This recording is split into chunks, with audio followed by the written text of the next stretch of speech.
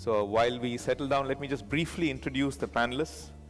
We have the one lady with us, Saima Ahmed, who's the Director of Human Resources at EFS Facility Services Group. And she brings over 17 years of HR experience with a strong background in developing core HR functions. So welcome, lady and gentlemen. Thank you for joining us on this panel. We're going to be talking about something very, very interesting. Most conferences talk about operations, technical matters, systems, and the like, but tend to forget the most important factor. And especially in our business, facility maintenance, I think it will unarguably be accepted that the biggest asset required to do this properly is nothing less than human capital. So we're going to talk about human capital, and first of two panel discussions on this. It is the importance of worker welfare. To start on a slightly controversial note, is this something we just pay lip service to? So let's get started with a few questions to just warm up our panel. We have a poll. Is there a lack of understanding when it comes to worker welfare among FM organizations? So akin to what I said, is this something we just pay lip service to, or do we really understand what worker welfare is? So please do answer. I'm answering the poll right now, and then we'll get started with the Q&A. Next, Saima, if I can ask you, is worker welfare different in the FM industry from other industries, and what's your view on that? Definitely, FM industry is a people's industry, right? We can't go away. It is the product, the asset, what are we selling in the market is our people. So worker welfare in an FM industry is a core which needs to start from the foundation of the organization, with the values, with setting up in the culture, with setting up in the policies and procedures, and ensuring that the Maslow hierarchies of need of a human being, which is our people, is met at all the levels of their hierarchy of needs. When we look at the hierarchy of needs, you have, as rightly said, physiological needs starting from the shelter, the water, the food, right? Moving into their safety and security, whether it is about their job safeties, whether it is about their personal safety, whether it is while they are in our staff accommodations, they are working at the work sites. So their safety and their security, their health is equally important. Moving further, the love and belonging, the engagement with their families while their families are back home struggling for their living. They are here to earn their survivals for their families, how they get connected to them, how they get that engagement, that comfort while they are here away from their loved ones.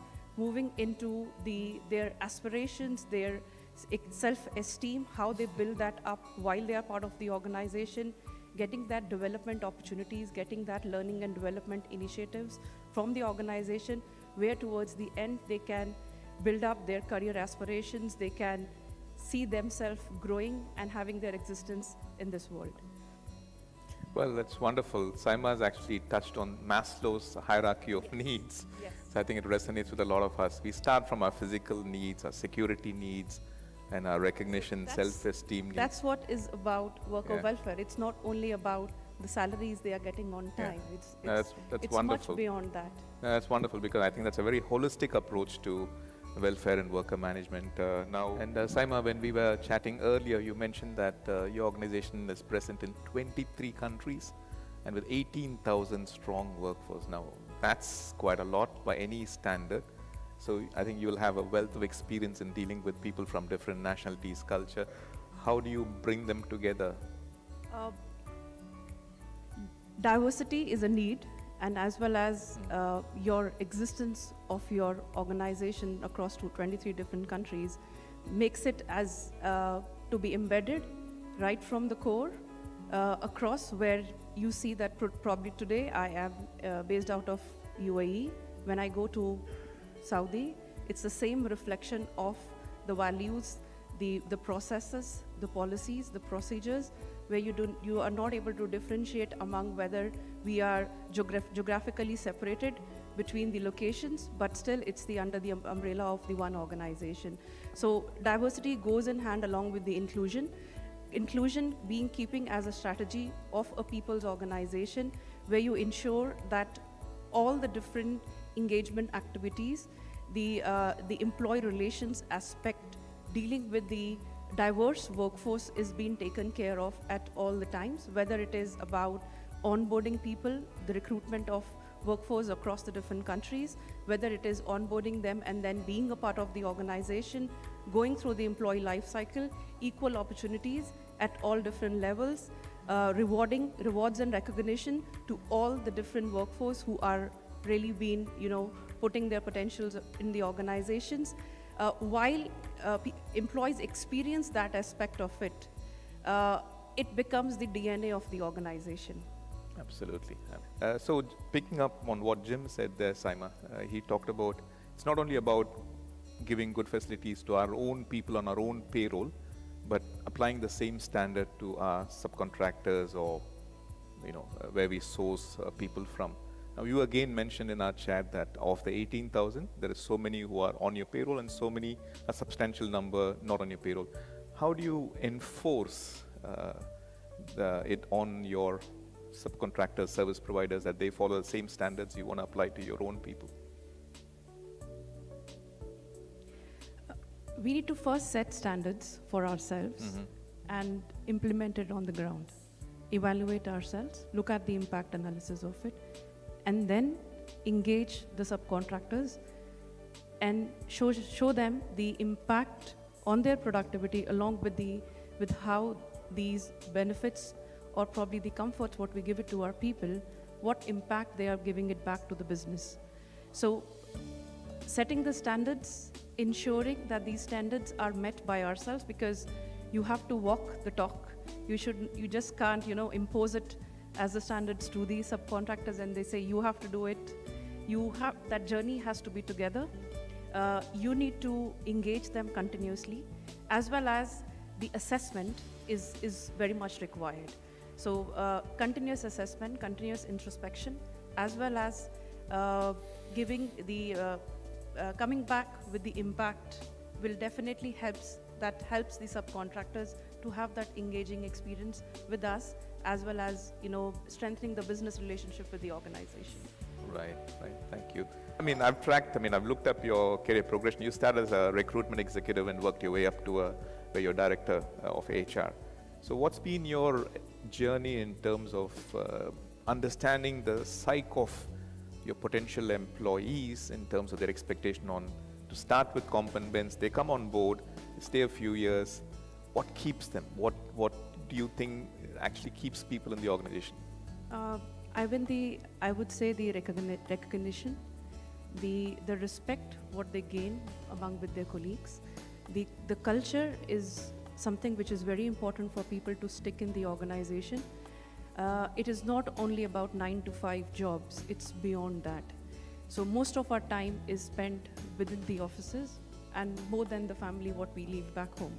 So that connect, that comfort, that respect, that opportunities, that commitment, what you get it from your employer keeps you going beyond your limits to come back and prove yourself and bring that impact to the organization.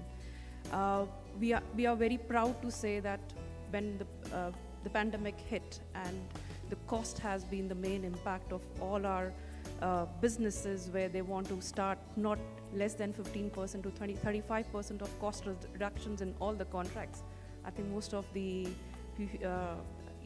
business side of people can state yes, up to 35% of cost reductions in the projects.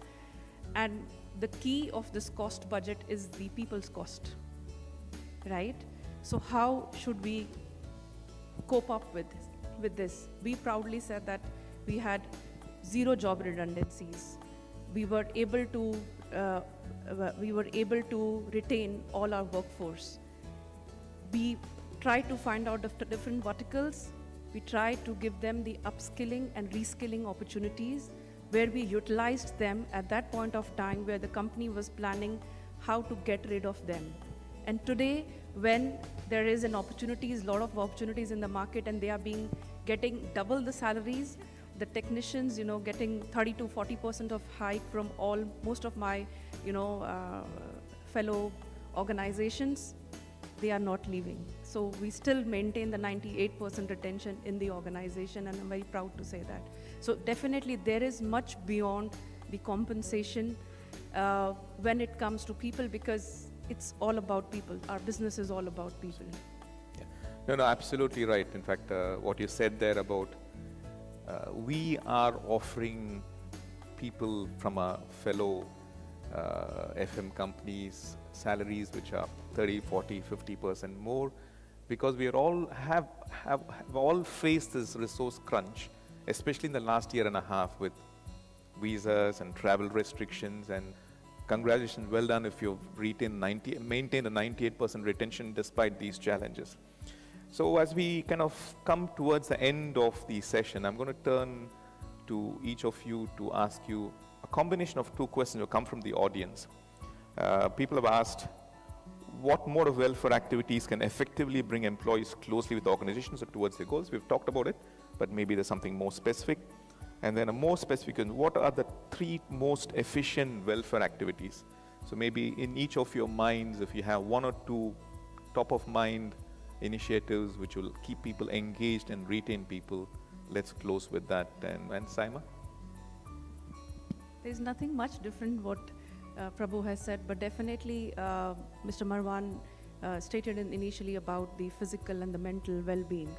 That is something which is the key when it comes to physical, their comforts when they go back home with the tired, full day of tiredness, go back home, the comforts, what they get it.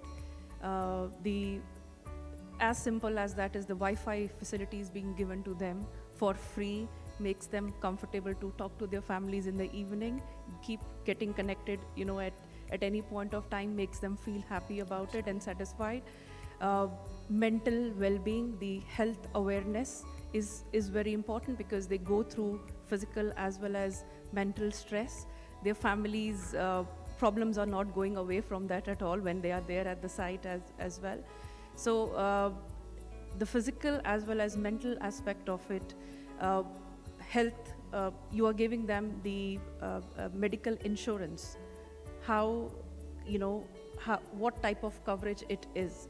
The maximum number of today, if we look at the blue collar workforce, most of the cases what we are coming across is the heart problems, the cancer diseases. All these is expensive for them if they have to go and consult the doctors, right? So ensuring that these medical commitment is being made available to them, that there is there. We as an organization, when the COVID has hit, we ensure that every COVID patient has a life insurance associated to it, so that not only them, we are able to protect their families as well, because they are dependent on them. So more than coming back, more than perks what they get it, these are the initiatives which keep people going along the organization. Thank you, Saima. Let's give a big round of applause to a fantastic set of panelists. Prabhu, Saima, Jim, and Marwan, thank you so very much for those insights. Thank you.